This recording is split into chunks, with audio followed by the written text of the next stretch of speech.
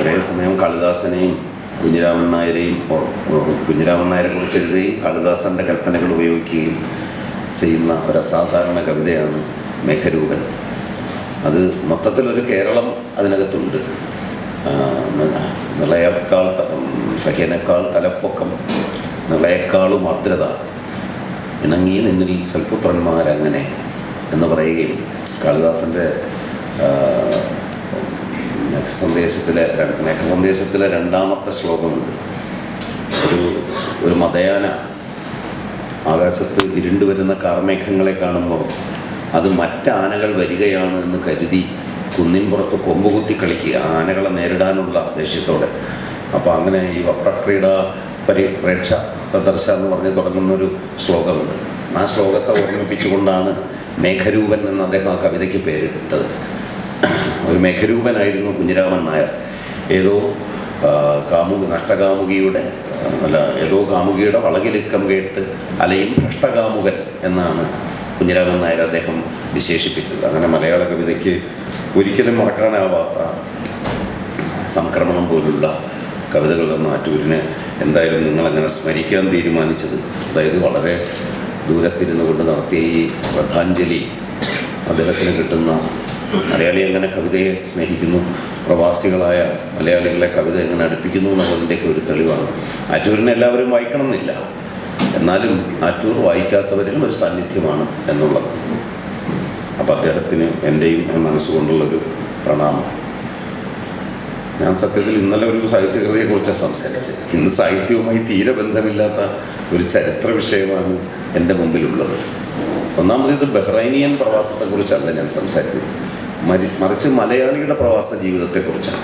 അത് വളരെ വളരെ സങ്കീർണവും വളരെ ഗഹനവുമായ ഒരു വിഷയമാണ്. പൊതുവേ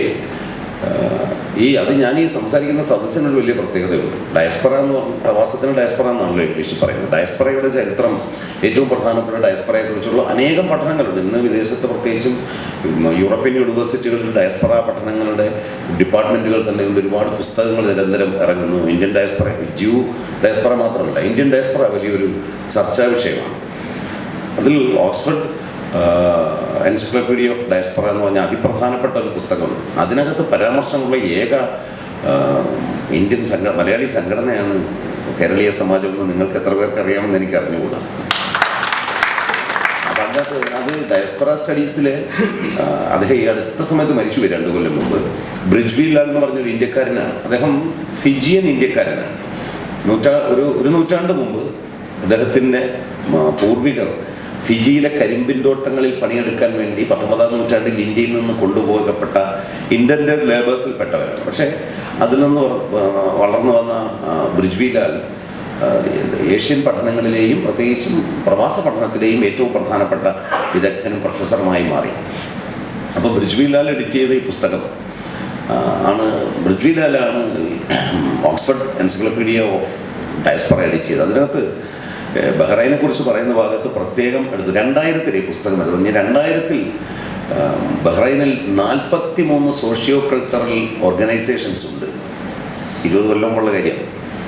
അതിൽ ഇൻക്ലൂഡിങ് കേരളീയ സമാജം എന്നാണ് അദ്ദേഹം ഉപയോഗിക്കുന്ന വാക്യം തന്നെ. അങ്ങനെ വളരെ പ്രധാനപ്പെട്ട ഡോക്യുമെൻ്റ് ചെയ്യപ്പെട്ട ഒരു പ്രവാസി സമൂഹത്തിന് മുമ്പിലാണ് ഞാനിത് പറയുന്നത്. മലയാളിയുടെ പ്രവാസത്തിൻ്റെ ചരിത്രം പശ്ചിമേഷ്യൻ പ്രവാസത്തോടെ, ഈ മിഡിൽ ഈസ്റ്റ് എന്ന് സാഹിബ് വിളിക്കുന്ന നമ്മുടെ പശ്ചിമേഷ്യയോട് പ്രവേശത്തിന് മാത്രമല്ല, അത് ഒരേ സമയം കേരളത്തിനകത്ത് നടന്ന പ്രവാസമുണ്ട് മലയാളിയുടെ. കേരളത്തിൽ നിന്ന് ഇന്ത്യക്കകത്തേക്ക് നടന്ന പ്രവാസമുണ്ട്. ഇന്ത്യയിൽ നിന്ന് പുറത്തേക്കുള്ള പ്രവാസമുണ്ട്. നിങ്ങൾ അതിൻ്റെ 3ാമത്തെ ഘട്ടത്തിൽ വരുന്ന ഒരു പ്രവാസി സമൂഹമാണ്. അതായത് കേരളത്തിൽ നിന്ന് ഇന്ത്യക്ക് പുറത്തേക്ക്. അങ്ങനെ ഒരേ സമയം ഇൻറ്റേർണൽ മൈഗ്രേഷൻ്റെയും എക്സ്റ്റേണൽ മൈഗ്രേഷൻ്റെയും പിന്നെ വെറും ലേബർ ഡയസ്പറയുടെയും ഇങ്ങനെ പലതരം ഡയസ്പറകളുണ്ട്. ആ ഡയസ്പറകളുടെ ചരിത്രം ഒരുപക്ഷെ തുടങ്ങുന്നത് 1000 കൊല്ലം മുമ്പെങ്കിലും ആയിരിക്കണം. അത് 1000 കൊല്ലം മുമ്പുള്ള നമ്മുടെ ട്രേഡേഴ്സിൽ നിന്ന്, അത് പ്രത്യേകിച്ചും ഇന്ത്യയിലെ ഏറ്റവും പ്രധാനപ്പെട്ട 3 ഇന്ത്യൻ പ്രവാസത്തിൻ്റെ ചരിത്രമാണ്. ഇന്ത്യയിലെ ഏറ്റവും പ്രധാനപ്പെട്ട 3 കടൽ തീര മേഖലകൾ, ഒന്ന് ഗുജറാത്തിൻ്റേത്, 2 മലബാർ തീരം. മലബാർ തീരം എന്ന് പറയുമ്പോൾ ബോംബെ മുതൽ കന്യാകുമാരി വരെ വരും മലബാർ തീരം. പിന്നെ കന്യാകുമാരി മുതൽ അങ്ങ് വടക്ക് ആന്ധ്രാപ്രദേശിൻ്റെ അറ്റം വരെ പോകുന്ന കോറമണ്ടൽ തീരം, അത് കഴിഞ്ഞ് ബംഗാൾ ഒഡീഷയുടെ തീരം. ഇത് ഇത്രയുമാണ് പ്രധാനപ്പെട്ട 4 സമുദ്ര മേഖലകൾ. ഈ മേഖലകളിൽ നിന്നാണ് ഏറ്റവും അധികം പ്രാചീന കടൽ വാണിജ്യങ്ങൾ നടന്നത്. ഇതിൽ ഏറ്റവും പ്രധാനപ്പെട്ട 3 വിഭാഗങ്ങൾ മലബാറിലെ മാപ്പിള മുസ്ലിങ്ങളും ഗുജറാത്തികളും പിന്നെ തമിഴ്നാട് കൊറമണ്ടൽ തീരത്തെ ചൂലിയ മുസ്ലിംസുമാണ്. അവരാണ് 1000 കൊല്ലം മുമ്പ് തന്നെ പശ്ചിമേഷ്യയുമായി വളരെ പ്രധാനപ്പെട്ട വാണിജ്യ ബന്ധങ്ങൾ ഉണ്ടാക്കിയത്. അപ്പം മലബാറിലെ മാപ്പിള മുസ്ലിങ്ങൾ അവരുടെ ഒരു പാരമ്പര്യം പേർഷ്യൻ അറബിക് പാരമ്പര്യമുള്ളവരാണ്. അവരിൽ നിന്നാണ് പിന്നീട് അവരിൽ നിന്നുള്ള കൺവേർഷനാണ് മലബാറിലെ മുസ്ലിം പോപ്പുലേഷനെ മുഴുവൻ സൃഷ്ടിച്ചത്. ഈ മാപ്പിള മുസ്ലിങ്ങളുടെ സെയിലേഴ്സായിട്ട് കേരളത്തിലെ മറ്റ് ജാതിക്കാർ, പ്രത്യേകിച്ച് ഹിന്ദു മതത്തിലെ വ്യത്യസ്ത ജാതിക്കാർ 1000 കൊല്ലങ്ങൾക്ക് മുമ്പ് തന്നെ പശ്ചിമേഷ്യൻ പ്രദേശങ്ങളിലേക്ക് എത്തിച്ചേർന്നിരുന്നു എന്നുള്ളതാണ്. അപ്പം അതിൻ്റെ രേഖകളൊന്നും ലഭ്യമല്ല. പക്ഷെ പശ്ചിമേഷ്യൻ സംസ്കാരത്തിൽ നിന്ന് കിട്ടിയിട്ടുള്ള പല അവശിഷ്ടങ്ങളിലും ഈ പല ചരിത്ര വസ്തുക്കളിലും പലപ്പോഴും ഈ സ്വാധീനതയുടെ അംശങ്ങൾ ഉണ്ട്. അപ്പോൾ അതിനു മുമ്പുള്ള ഈജിപ്തിലേക്ക് പോയ നമ്മുടെ അരിയുടെയും ആ ഒരിസി, അരി എന്ന് പറഞ്ഞ വാക്കിൻ്റെ തമിഴ് അരിശി എന്നാണ്. ആ വാക്ക് തന്നെയാണ് ഈ ഈജിപ്തിലേക്ക് പകർന്ന് എത്തിപ്പോയത്. അങ്ങനെ ഒരുപാട് തരം അതിനു മുമ്പുള്ള പരിവർത്തനം. പക്ഷെ അതിനകത്ത് എത്രത്തോളം മനുഷ്യരെത്തിച്ചേർന്നു എന്നറിഞ്ഞുകൂടാ.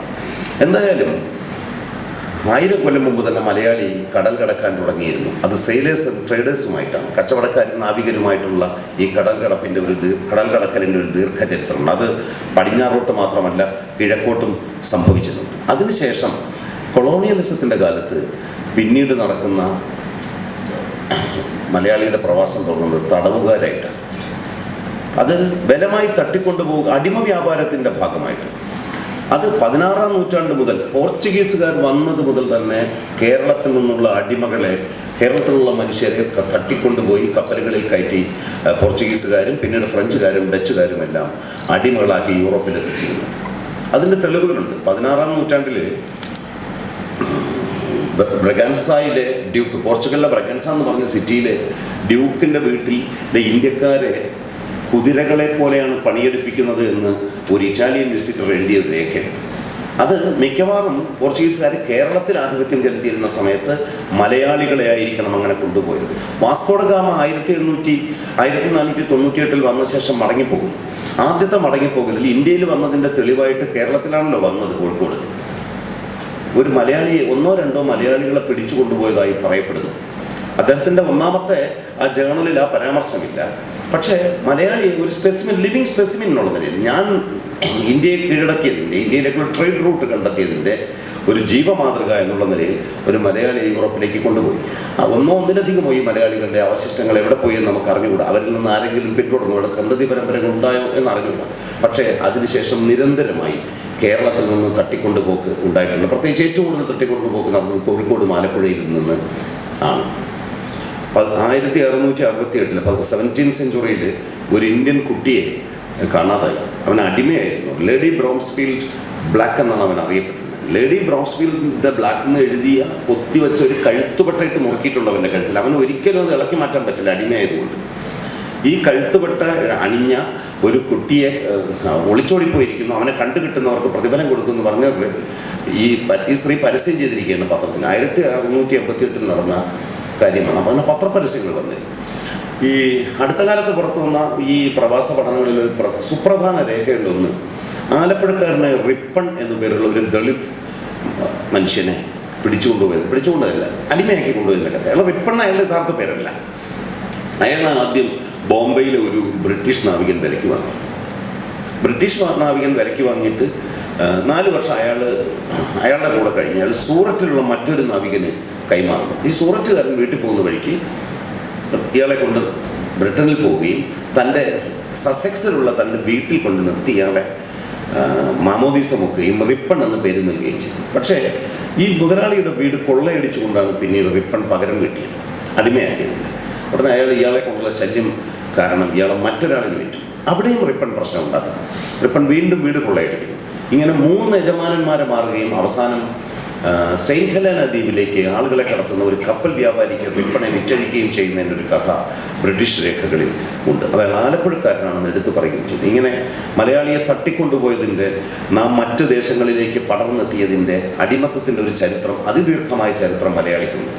അത് മലയാളിക്കല്ല, ഇന്ത്യയിലെ എല്ലാ ആളുകൾക്കുമുണ്ട്. പിന്നെ 17-18 നൂറ്റാണ്ടുകളിലുണ്ടായ ക്ഷാമം ആളുകളെ സ്വയം വിൽക്കാൻ പ്രേരിപ്പിച്ചു. ഫാമിലികളായിട്ട് ആളുകൾ സ്വയം വിൽപ്പനയ്ക്ക് വയ്ക്കുകയാണ് ഇന്ത്യയിൽ. അപ്പം നമ്മുടെ മഹത്തായ ദീർഘചരിത്രങ്ങൾ പറയുമ്പോൾ ഇത്തരം കാര്യങ്ങളൊന്നും പറയാറില്ല. നമ്മൾ അടിമകളായതും അടിമകളാക്കിയതും നമ്മൾ മോശമായിട്ടില്ല, നമ്മൾ തന്നെ നമ്മളെ വിൽക്കുകയൊക്കെ ചെയ്ത നമ്മുടെ ക്ഷാമങ്ങളുടെയും ചരിത്രം പറയാതെ കേമത്തരങ്ങളുടെ ചരിത്രമാണ് നമ്മളെല്ലായ്പ്പോഴും പറഞ്ഞുകൊണ്ടേയിരിക്കുന്നത്. എന്നാൽ 19-ാം നൂറ്റാണ്ടിൻ്റെ അവസാനം നമ്മുടെ ഡയസ്പൊറയുടെ, ഇന്ത്യൻ ഡയസ്പൊറയുടെ ചരിത്രത്തിലെ ഏറ്റവും വലിയ പൊട്ടിത്തെറി നടക്കുകയാണ്. 1833 അടിമത്തം നിരോധിക്കപ്പെട്ടു. അടിമത്തം നിരോധിച്ചതോടുകൂടി ബ്രിട്ടൻ്റെ കോളനികളിലെ കരിമ്പിൻ തോട്ടങ്ങളിൽ പണിയെടുക്കാൻ കറുത്ത വർഗ്ഗക്കാരായ അടിമകളെ കിട്ടാതായി. 3 വർഷം കൂടി അപ്രന്റീസ്ഷിപ്പ് എന്ന് പറഞ്ഞ ഒരു നിയമത്തിൻ്റെ പേരിൽ അവർക്ക് ജോലി ചെയ്യാമായിരുന്നു. അങ്ങനെ പിടിച്ചു നിർത്തി നോക്കി. അപ്പോൾ 3 വർഷം കഴിഞ്ഞപ്പോൾ എല്ലാ അടിമകളും പുതുതായി കിട്ടിയ സ്വാതന്ത്ര്യത്തിൽ പറഞ്ഞു, ഇനി ഞങ്ങൾ ഈ പണി ചെയ്യാനില്ല, പട്ടിണി കിടന്ന് മരിച്ചാലും ഇനി ഈ ജോലി ചെയ്യുന്ന പ്രശ്നമില്ല എന്ന് പറഞ്ഞ് സ്വതന്ത്രരായി പോയി. അതോടുകൂടി തോട്ടങ്ങളിലും ഫാക്ടറികളിലും പണിയെടുക്കാൻ ആളില്ല.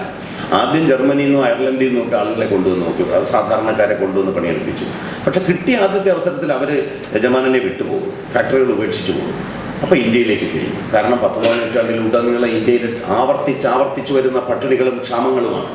ഈ കൊടിയ ദാരിദ്ര്യത്തിൽ നിന്ന് രക്ഷപ്പെടാനായിട്ട് ബോംബെ, ചെന്നൈ, കൽക്കത്ത 3 തുറമുഖങ്ങൾ, പ്രത്യേകിച്ചും കൽക്കട്ടയിലും ചെന്നൈയിൽ നിന്ന് റിക്രൂട്ടിംഗ് സ്ഥാപനങ്ങൾ വെച്ച് 5.5 വർഷത്തെ കോൺട്രാക്റ്റ് 10 രൂപ മാസശമ്പളത്തിൽ ഇൻഡൻറ്റഡ് ലേബർ തുടങ്ങി. അത് കരാർ തൊഴിലാണ്.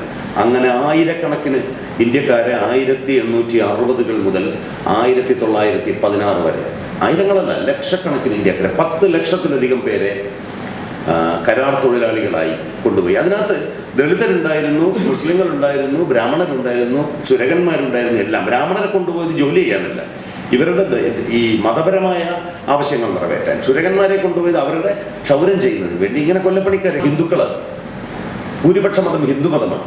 അവിടെ അതൊരു ഡച്ച് കോളനിയായിരുന്നു. ഡച്ചും ഇംഗ്ലീഷും ഹിന്ദുസ്ഥാനിയും ചേർന്നിട്ട് സർനാമി എന്നൊരു ഭാഷയുണ്ടായി. ആ സർനാമിയിലെ അടുത്ത കാലം വരെ ഇന്ത്യൻ സമൂഹം പ്രസിദ്ധീകരണങ്ങൾ നടത്തിയിരുന്നു. ഇപ്പോൾ ട്രിനിഡാഡ് ആൻഡ് ടൊബാഗോയിലും ജമൈക്കയിലും എല്ലാം വൻതോതിലുള്ള ഇന്ത്യൻ സമൂഹങ്ങളുണ്ടായി. മലേഷ്യയിലുണ്ടായി, ഫിജിയിലുണ്ടായി. ഇങ്ങനെ എവിടെയൊക്കെ ബ്രിട്ടീഷ് കോളനികളുണ്ടായിരുന്നു അവിടെയെല്ലാം വലിയൊരു ഇന്ത്യൻ സമൂഹം പടർന്ന് പന്തലിച്ചു. അതിൽ മലയാളികളുണ്ട്. മലയാളികൾ പോയ പ്രധാനപ്പെട്ട സ്ഥലം മൗറീഷ്യസിൽ കുറച്ച് പേര് പോയി.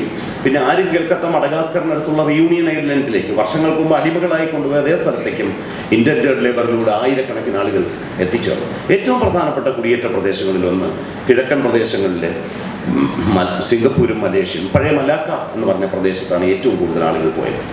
ഈ indentured labour 1916 India government, British India government അവസാനിപ്പിച്ചു. കാരണം സ്വാതന്ത്ര്യ സമരത്തിൻ്റെ ഭാഗമായിട്ട് ഇന്ത്യക്കാരെ ഇങ്ങനെ കച്ചവടം ചെയ്യുന്നത് ശരിയല്ല. ഈ പോയവരെല്ലാം തിരിച്ചു വന്നില്ല. 5.5 വർഷം കഴിഞ്ഞ് തിരിച്ചു വരേണ്ടതാണ്, വന്നില്ല. കുറേ പേര് മരിച്ചുപോയി, കുറേ പേര് അവിടുത്തെ ആളുകളുമായി കൂടിക്കലർന്ന് മുലാറ്റോകളായി മാറി.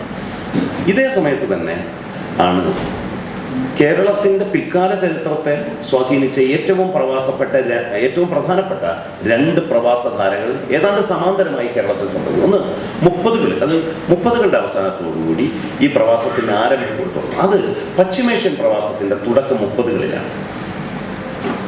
അതിൻ്റെ അവസാനം അങ്ങോട്ടാകുമ്പോഴേക്കും യുദ്ധാനന്തരം, 2ാം ലോക യുദ്ധം അവസാനിക്കുന്നതോടുകൂടി ഈ പ്രവാസത്തിൻ്റെ വേഗം കൂടാൻ തുടങ്ങും. അത് 90കൾ വരെ അതിവേഗത്തിൽ ഇപ്പോഴും അത് തുടരുന്നു. അത് വിരലിലുണ്ടാകുന്ന രീതിയാണ്. വലിയ മനുഷ്യപ്രവാഹം എന്നുള്ള നിലയിൽ തുടരുകയും വലിയൊരു പ്രസ്ഥാനമായി മാറുകയും ചെയ്യുന്ന ഈ 30കൾ മുതൽ ഉള്ള 60 വർഷത്തെ ചരിത്രം. ഇത് 2 തരം പ്രവാസം. ഒന്ന്, മലയാളി, മറുനാടൻ മലയാളി എന്ന പ്രയോഗം മലയാളത്തിൽ പതിയുന്നു. പണ്ട് മറുനാടൻ മലയാളി എന്ന പ്രയോഗം പതിഞ്ഞിരുന്നത് ഗൾഫിൽ വരുന്നവരെ കുറിച്ചല്ല, ഇന്ത്യക്ക് പുറത്ത് പോകുന്നവരെ കുറിച്ചല്ല. പണ്ട് മറുനാടൻ മലയാളി എന്ന് പറഞ്ഞാൽ അറിയാമല്ലോ, ആരാ?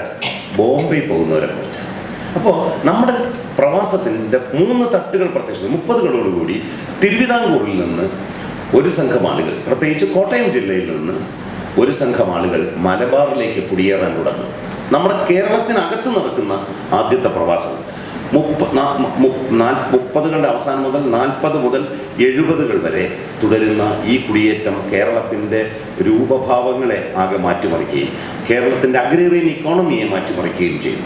പ്രത്യേകിച്ചും ചിലപ്പോൾ ഒരു മധ്യതിരുവിതാംകൂറിൽ നിന്ന് വരുന്ന ആരെങ്കിലും ഉണ്ടോ? ഒരു കുടിയേറ്റ പാരമ്പര്യമുള്ള ആരെങ്കിലും ഈ വേദിയിലുണ്ടോ? ആരും ഉണ്ട്? എവിടെയാണ് സ്ഥലം? എവിടെ? മൂന്നാറാണ്. നിങ്ങൾ അങ്ങോട്ട് കുടിയേറിയോ? മലബാർ കുടിയേറ്റമല്ല ശരിക്കും. ആ കുടിയേറ്റത്തിന് കുറച്ച് പേര് ഇടുക്കി ആ പ്രദേശത്തേക്ക് കുടിയേറി, കുറച്ചുപേര് തിരുവനന്തപുരത്തേക്ക് കുടിയേറിയവരുണ്ട്. തിരുവനന്തപുരത്ത് അമ്പൂരി കോഴിക്കോട് എവിടെ? അതിലോ പഠിച്ചതില് കൊയിലാണ്ടിയില്ല. അപ്പം അതൊരു ശരിയ മലയോര കുടിയേറ്റമല്ല, അതിനെ കടലോര കുടിയേറ്റം എന്ന് വേണം പറയേണ്ടത്. അപ്പോൾ അങ്ങനെ കണ്ണൂർ ജില്ലയിലെ വളരെ പ്രധാനപ്പെട്ട ഇപ്പോൾ രാജാക്കാട് പോലുള്ള സ്ഥലങ്ങളിലേക്കുള്ള കുടിയേറ്റം, മലബാർ കുടിയേറ്റത്തിൻ്റെ യഥാർത്ഥ സ്വഭാവം മനസ്സിലാക്കാൻ നമ്മളൊരു നോവൽ വായിച്ചാൽ മാത്രം മതിയാവും. എസ് കെ പൊറ്റക്കാട്ടിൻ്റെ വിഷകന്യക വായിച്ചാൽ മതിയാവും. പഴയ സെബാസ്റ്റ്യൻ ഒരു ബിഷപ്പ്, തലശ്ശേരി ബിഷപ്പായിരുന്ന സെബാസ്റ്റ്യൻ വള്ളൂപ്പള്ളി ഈ മലബാർ കുടിയേറ്റത്തെക്കുറിച്ച് അതിഗംഭീരമായ ഒരു പുസ്തകം എഴുതിയിട്ടുണ്ട്. കാക്കനാടൻ്റെ ഒറോദ എന്ന നോവൽ ഈ മലബാർ കുടിയേറ്റത്തിൻ്റെ വലിയൊരു രേഖയാണ്. ഈ മലബാർ കുടിയേറ്റം പിന്നീട് ഇത് ക്രൈസ്തവർ മാത്രമല്ല, NSS കുടിയേറിയിട്ടുണ്ട്. കാസർഗോഡ് ജില്ലയിൽ വലിയ 70 ഏക്കർ സ്ഥലം വാങ്ങി നായന്മാരുടെ കുടിയേറ്റം പ്രോത്സാഹിപ്പിച്ചത് ചങ്ങനാശ്ശേരിയിലെ നായർ സർവീസ് സൊസൈറ്റി ആണ്. ഈ കുടിയേറ്റം മലബാറിൽ മാത്രം ഒതുങ്ങി നിൽക്കുന്നില്ല. ശിവമൊഗ്ഗ എന്ന് പറഞ്ഞ കർണാടകത്തിലെ സ്ഥലം, ഇടയ്ക്ക് ഷിമോഗയായിരുന്നു കുറേ കാലം. ഇപ്പോൾ അതിൻ്റെ പേര് തിരിച്ച് ശിവമൊഗ്ഗയായി മാറിയിട്ടുണ്ട്. പഴയ പേരിലേക്ക് അത് മടങ്ങിപ്പോയി. അപ്പോൾ ഷിമോഗ വരെയുള്ള വൻതോതിലുള്ള കുടിയേറ്റം മലയാളികളുടേത് നടന്നിട്ടുണ്ട്. ഇതേ സമയത്ത് തന്നെയാണ് മറുനാടൻ തൊഴിൽ കിട്ടുന്നതിന് വേണ്ടി എങ്ങനെയെങ്കിലും ബോംബെക്ക് പോവുക, 10ാം ക്ലാസ് ജയിക്കുക, ടൈപ്പ് റൈറ്റിംഗ് പഠിക്കുക, ബോംബെക്ക് പോകുക. അങ്ങനെ അന്ന് പട്ടന്മാരെ കുറിച്ചൊരു കഥ പ്രചരിച്ചിരുന്നു. അവർ ജർമ്മനിലാണ് ടൈപ്പ് റൈറ്റിംഗ് പഠിച്ചത്. കാര്യം 2ാം ലോക യുദ്ധം ഉടനെ നടക്കുമെന്നും അതിൽ ജർമ്മനി ജയിക്കുമെന്നും അപ്പോൾ ലോകത്ത് മുഴുവൻ ജർമ്മൻ ഭാഷയുടെ ആവശ്യം വരുന്നുണ്ട്, ഇപ്പോഴേ ടൈപ്പ് റൈറ്റിംഗ് ജർമ്മനിൽ തന്നെ പഠിച്ചേക്കാമെന്ന് തീരുമാനിച്ചു എന്നാണ് അവരെ. അതൊരു എത്നിക് ഹ്യൂമറാണ്, അവരെ കളിയാക്കാൻ വേണ്ടിയുള്ള ഒരു വയലന്റ് ഹ്യൂമറാണത്. അങ്ങനെ പാവങ്ങൾ അങ്ങനെയൊന്നും ചെയ്തില്ല. അങ്ങനെ ടൈപ്പ് റൈറ്റിംഗ് പഠിച്ച് അങ്ങനെ പോകുന്നു. അത് 40കളിലെ നോവൽ മൂടുപടം എന്നൊക്കെ പറഞ്ഞാൽ ഈ പൊറ്റക്കാട്ടിൻ്റെ നോവൽ വായിച്ചാൽ അറിയാം. പട്ടാളത്തിൽ പോകുന്നത് പോലെ ഫാക്ടറി തൊഴിലാളിയായി ബോംബെ പോകുന്നു, ഹിന്ദു മുസ്ലിം ലഹള കാണുന്നു. ഇങ്ങനെ മറുനാടൻ മലയാളി ഒരുപാട് ഉത്തരേന്ത്യൻ വ്യവസായ നഗരങ്ങളിൽ പച്ചപിടിക്കുന്ന ഫാക്ടറി തൊഴിലാളിയാവുന്ന മലയാളിയുടെ ഒരു ജീവിതം സംഭവിക്കും. ഇതേ സമയത്താണ് 30കളിൽ ഇപ്പോൾ ബഹ്റൈനിൽ 32ൽ ഓയിൽ കണ്ടുപിടിക്കുന്നു. ബഹ്റൈൻ ഓയിൽ കമ്പനി വരുന്നു. ആദ്യമായിട്ട് ബഹ്റൈൻ പുറത്തേക്ക് എണ്ണ കയറ്റുമതി ചെയ്യുന്ന ആദ്യത്തെ പശ്ചിമേഷ്യൻ രാജ്യമായി മാറുന്നു. ഇവിടെ നിന്നൊരു ഓയിൽ ഇക്കണോമി വരികയും കേരളത്തിലുള്ള പ്രൊഫഷണലുകളുടെ കുടിയേറ്റം ആദ്യമായി തുടങ്ങി. ആദ്യം പണിക്കാരെ വരുന്നു. യുദ്ധാനന്തര കാലത്ത് പ്രൊഫഷണലുകളുടെ കുടിയേറ്റം, അത് പശ്ചിമേഷ്യയിലേക്ക് ഗൾഫിലേക്കുള്ള കുടിയേറ്റം, പ്രൊഫഷണൽസും IT പ്രൊഫഷണൽസ് വരുന്നു. അതുപോലെ യൂറോപ്യൻ കുടിയേറ്റം ആരംഭിക്കുന്നു. ഈ നൂറ്റാണ്ടിൻ്റെ തുടക്കം മുതൽ തന്നെ, കഴിഞ്ഞ നൂറ്റാണ്ടിൻ്റെ തുടക്കം മുതൽ തന്നെ യൂറോപ്പിലേക്കുള്ള കുടിയേറ്റമുണ്ട്. 1896 എഡിൻബറയിലേക്ക്, സ്കോട്ട്ലൻഡിൻ്റെ അങ്ങേയറ്റമുള്ള എഡിൻബറയിൽ മെഡിക്കൽ സയൻസ് പഠിക്കാൻ ചെങ്ങന്നൂരിലുള്ള ബാരിസ്റ്റർ ജോർജ് ജോസഫ് പോയത്. കേരളത്തിലെ ആദ്യത്തെ ആരോഗ്യമന്ത്രിയായിരുന്ന എം ആർ മേനോ എഡിൻബറയിൽ നിന്നാണ് 19ാം നൂറ്റാണ്ടിൻ്റെ അവസാനം മെഡിക്കൽ സയൻസ് ജയിച്ചത്. ബാരിസ്റ്റർ ജോർജ് ജോസഫ് വൈദ്യം പഠിക്കാനാണ്, മെഡിസിൻ പഠിക്കാനല്ല. ബാരിസ്റ്റർ ജോർജ് ജോസഫ് അത് പഠിച്ചു വന്ന ശേഷം സ്വാതന്ത്ര്യ സമരത്തിൽ പങ്കെടുത്തു. ഗാന്ധിജി ഇന്ത്യൻ ഒപ്പീനിയൻ എന്നും ഹരിജൻ പറഞ്ഞ് 2 പത്രങ്ങൾ തുടങ്ങിയിരുന്നു. ഈ 2 പത്രങ്ങളുടെയും പത്രാധിപരാകാനായിട്ട് ഗാന്ധിജി കണ്ടെത്തിയത് ഈ ചെങ്ങന്നൂരുകാരനായ ബാരിസ്റ്റർ ജോർജ് ജോസഫിനെ ആണ്. അദ്ദേഹത്തിൻ്റെ അനിയനെ നിങ്ങൾ ചിലപ്പോൾ കേട്ട് കാണാൻ വഴിയുണ്ട്. ഇന്ത്യൻ പത്രപ്രവർത്തനത്തിൻ്റെ കുലഗുരുവായ സാക്ഷാൽ പോത്തൻ ജോസഫ്. അത് മാത്രമല്ല, ബാരിസ്റ്റർ ജോർജ് ജോസഫിൻ്റെ മകളുടെ മകൻ ലോകമെങ്ങും അറിയപ്പെടുന്ന ഒരു വലിയ ഗണിതശാസ്ത്രജ്ഞനാണ് ജോസഫ്. നിങ്ങൾ ആരെങ്കിലും PD രാമകൃഷ്ണൻ്റെ ഫ്രാൻസിസ് സിറ്റിക്കോര എന്ന നോവൽ വായിച്ചിട്ടുണ്ട്? ആ നോവലിലെ കഥാനായകനാണ് professor Joseph. Crest of the peacock എന്ന് പറഞ്ഞ മയൂരശിഖ എന്ന് പറഞ്ഞ അതിഗംഭീരമായൊരു ഗണിതശാസ്ത്ര ചരിത്രം അദ്ദേഹം എഴുതിയിട്ടുണ്ട്. അതായത് non European Roots of mathematics ആണ്. യൂറോപ്പ് കണ്ടുപിടിച്ചതാണ് ഗണിതശാസ്ത്രം എന്ന വാദത്തെ മുഴുവൻ തച്ചുടയ്ക്കുകയും ഇന്ത്യയും ചൈനയും കേരളവും ഒക്കെ ചേർന്നാണ് ഗണിതശാസ്ത്രം കണ്ടുപിടിച്ചതെന്ന് പറയുകയും ചെയ്യുന്ന ഗംഭീരമായ പുസ്തകമാണ് ജോർജ് ജോസഫ്. അത് പ്രവാസത്തിൻ്റെ വേറെ കഥ. അദ്ദേഹം കെനിയയിലാണ് ജനിച്ചത്. ആഫ്രിക്കൻ പ്രവാസത്തിൻ്റെ ഒരു ഉദാഹരണമാണ് അദ്ദേഹം. യൂറോപ്പിലേക്കുള്ള കുടിയേറ്റം പ്രധാനമായിട്ട് UK യിലേക്ക് ഡോക്ടർമാരിലൂടെ തുടങ്ങിയതാണ്. 60കളിലാണ്. പിന്നീട് IT പ്രൊഫഷണലുകൾ, പിന്നീട് നഴ്സസ്. കേരളത്തിൻ്റെ കുടിയേറ്റ ചരിത്രത്തിലെ ഏറ്റവും അധികം മലയാളിയുടെ സന്ദേശവുമായിട്ട് യൂറോപ്പിലേക്കും പശ്ചിമേഷ്യയിലേക്കും എത്തിയതിലെ വലിയ വിഭാഗം അത് ശുശ്രൂഷ രംഗത്തെ നഴ്സസ് ആയിരുന്നു. സത്യത്തിൽ നഴ്സിംഗിൻ്റെ ചരിത്രം പഠിക്കുകയൊക്കെ ചെയ്യുമ്പോൾ കേരളത്തിലെ നഴ്സസ് എന്ത് സേവനമാണ് ഈ ഗ്ലോബൽ ഡയസ്പൊറയിൽ ചെയ്തതെന്നുള്ളതിനെ കുറിച്ച് ഒരു പഠനവും കേരളത്തിനുണ്ടായിട്ടേ ഇല്ല. അപ്പം ഞാൻ ഈ 90കൾ വരെയുള്ള പശ്ചിമേഷ്യൻ പ്രവാസത്തെക്കുറിച്ച് ഞാൻ അധികമൊന്നും പറയുന്നില്ല. അതിനെക്കുറിച്ച് ഏറ്റവും നന്നായി അനുഭവിച്ചറിയുന്ന നിങ്ങൾ അതിലെ കഥാപാത്രങ്ങളാണ്. അപ്പോൾ നിങ്ങളുടെ ചരിത്രം ഞാൻ അധികം പറയുന്നത് ശരിയല്ലാത്തത് കൊണ്ട് ഞാൻ ഇത് വളരെ വിശാലമായ ചരിത്രമാണ്. പക്ഷേ കേരളത്തിലെ പശ്ചിമേഷ്യൻ പ്രവാസം, അതായത് ഗൾഫ് പ്രവാസം, ഏതൊക്കെ രീതിയിലാണ് സാംസ്കാരികമായി നമ്മുടെ ജീവിതത്തിൽ അടയാളപ്പെടുത്തിയിട്ടുള്ളത് എന്ന് നിങ്ങൾ എപ്പോഴെങ്കിലും ആലോചിച്ച് നോക്കിയിട്ടുണ്ടോ? 80കളിലെ മുതൽ പോപ്പുലർ സിനിമയിൽ പരിഹാസ വസ്തുവാണ് കേരളത്തിലെ ഗൾഫിൽ വന്നിട്ട് 6 കൊല്ലത്തെയോ 5 കൊല്ലത്തെയോ അല്ലെങ്കിൽ 10 കൊല്ലത്തെയോ ജോലി കഴിഞ്ഞ് തിരിച്ചു പോകുന്ന ഗൾഫ് റിട്ടേണി ഒരു പരിഹാസ വസ്തുവാണ്. കണ്ടിട്ടില്ല 80കളിലെ സിനിമയിലൊക്കെ? എന്താ? അതെ. അതായത് ലേബർ ഡയസ്പോറയുടെ ഏറ്റവും താഴത്തെ തട്ടിൽ നിൽക്കുന്ന തൊഴിലാളികളായ ആളുകളുടെ വളരെ സാധാരണയായ ചെറിയ മോഹങ്ങളെ പർവ്വതീകരിച്ച് അവരെ പരിഹാസ വസ്തു. അതേസമയം അവരുടെ റെമിറ്റൻസ്, അവരയക്കുന്ന പണം കൊണ്ട് നമ്മുടെ സമ്പദ്ഘടന മറ്റൊന്നായി മാറിക്കൊണ്ടിരിക്കുകയാണ്. പക്ഷേ കേരളത്തിൽ ഇപ്പോഴും സാമ്പത്തിക ശാസ്ത്രം മാത്രമേ ഈ വിഷയം പഠിച്ചിട്ടുള്ളൂ.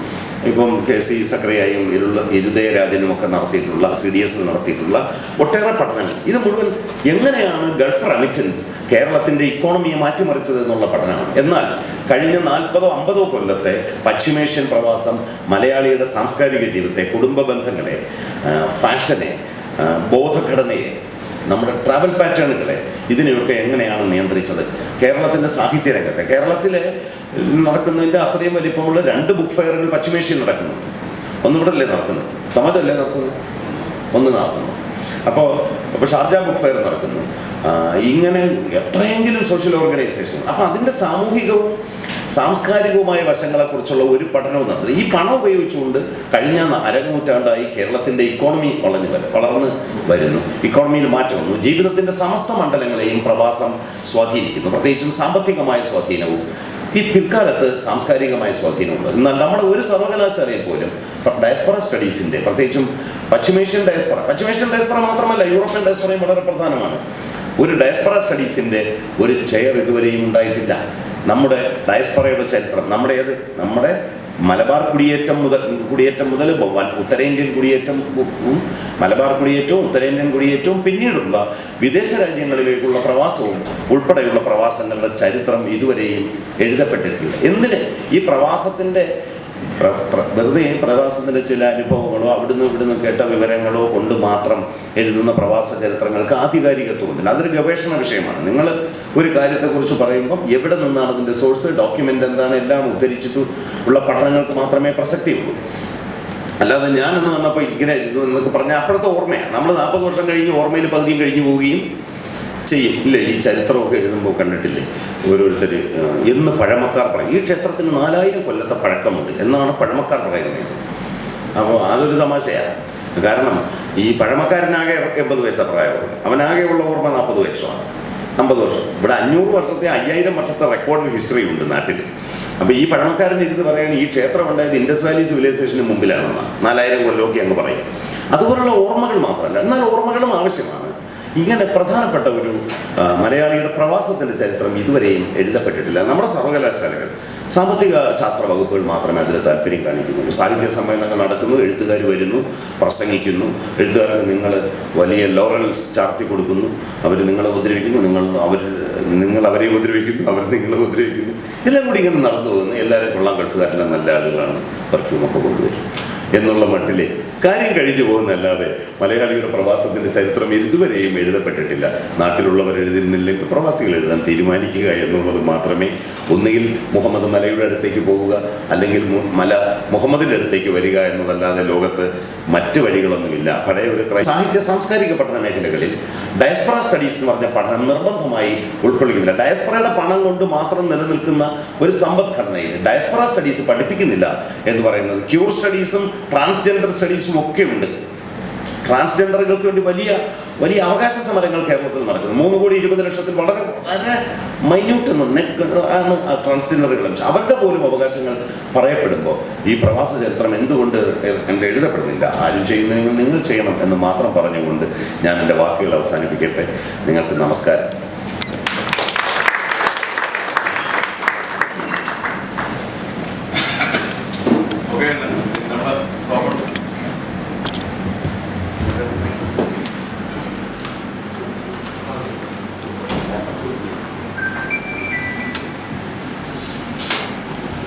ഞാൻ നേരത്തെ പറഞ്ഞതുപോലെ മലയാളിയുടെ പ്രവാസ ചരിത്രത്തെക്കുറിച്ച് മാത്രമല്ല, എന്തിനെക്കുറിച്ചും നമുക്ക് സാഹിത്യത്തെക്കുറിച്ചും സംസ്കാരത്തെക്കുറിച്ചും ഒക്കെയുള്ള ചർച്ചകളാക്കി ഒരു ചർച്ച എന്ന നിലയിൽ പോവാം. ഇതിൻ്റെ തുടക്കം എന്ന നിലയിൽ എനിക്ക് പറയാനുള്ളൊരു കാര്യം, ഞാൻ നിങ്ങൾക്ക് അറിയാവുന്നതുപോലെ ചാവക്കാട് നിന്നാണ്. അപ്പോൾ ചാവക്കാട് മിനി ഗൾഫിലേക്ക് ആദ്യ സഞ്ചാരികളിൽ നിന്നൊക്കെ ഉള്ള നിലയിൽ സ്വയം വിശേഷിപ്പിക്കുന്ന ആളുകളാണ് ഞാൻ. ഇപ്പോൾ കഴിഞ്ഞ 2 വർഷം മുമ്പ് KK കുറുപ്പ് സാറിനെ വെച്ചിട്ട് ഞങ്ങൾ ചാവക്കാടിൻ്റെ അതുണ്ടാക്കുന്നില്ലാതെ കുരവ വരുന്നില്ല. അപ്പോൾ ഭാഗ്യത്തിനൊരു ജാതകം കൂടെ ചടങ്ങിപ്പോയി ഈ വിവാഹ നിശ്ചയ ചടങ്ങിൽ. അപ്പോൾ കുറച്ച് വയസ്സായ 2 സ്ത്രീകളുണ്ടായിരുന്നു. അപ്പോൾ ഈ കുരവ, അപ്പോൾ അവർ കയറി കുരവ കിട്ടി ജാതകം കൈമാറിയപ്പോൾ ഉടനെ അവരെ അറസ്റ്റ് ചെയ്തു, കുരവേടിയിച്ച്. എന്നിട്ട് അത് ഇംഗ്ലണ്ടിന് അയച്ചു കൊടുത്തു.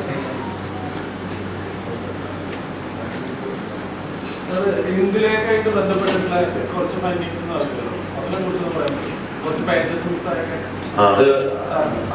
അതിൻ്റെ ഇത്രയേ ഉള്ളൂ. നമ്മളെല്ലാം ഇന്ദുലേഖ വായിച്ചു കാണാൻ പഠിച്ചു കാണും.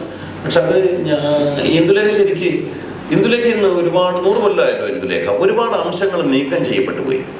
ഒരുപാട് ഭാഗങ്ങൾ എവിടൊക്കെയോ നഷ്ടപ്പെട്ടു. കാലാകാലങ്ങളിൽ ടൈപ്പ് സെറ്റ് ചെയ്ത് വരുമ്പോൾ പുതിയ പുതിയ ആളുകൾ ടൈപ്പ് സെറ്റ് ചെയ്യുന്നു. അപ്പോൾ കുറേ അക്ഷരത്തെറ്റ് വരുന്നു, കുറേ വാക്യങ്ങൾ പോകുന്നു.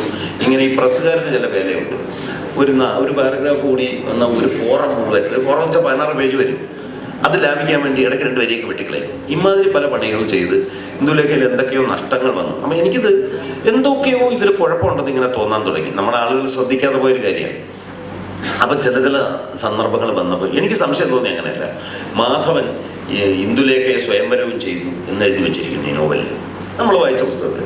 അപ്പോൾ എൻ്റെ സംശയം, അങ്ങനെ ഒരു സാധ്യതയില്ല. പെണ്ണുങ്ങൾക്ക് ചെയ്യാവുന്ന വിവാഹത്തിൻ്റെ പേരാണ് ഇന്ത്യൻ രീതിയിൽ സ്വയംവരം, അല്ലേ? സ്ത്രീകൾ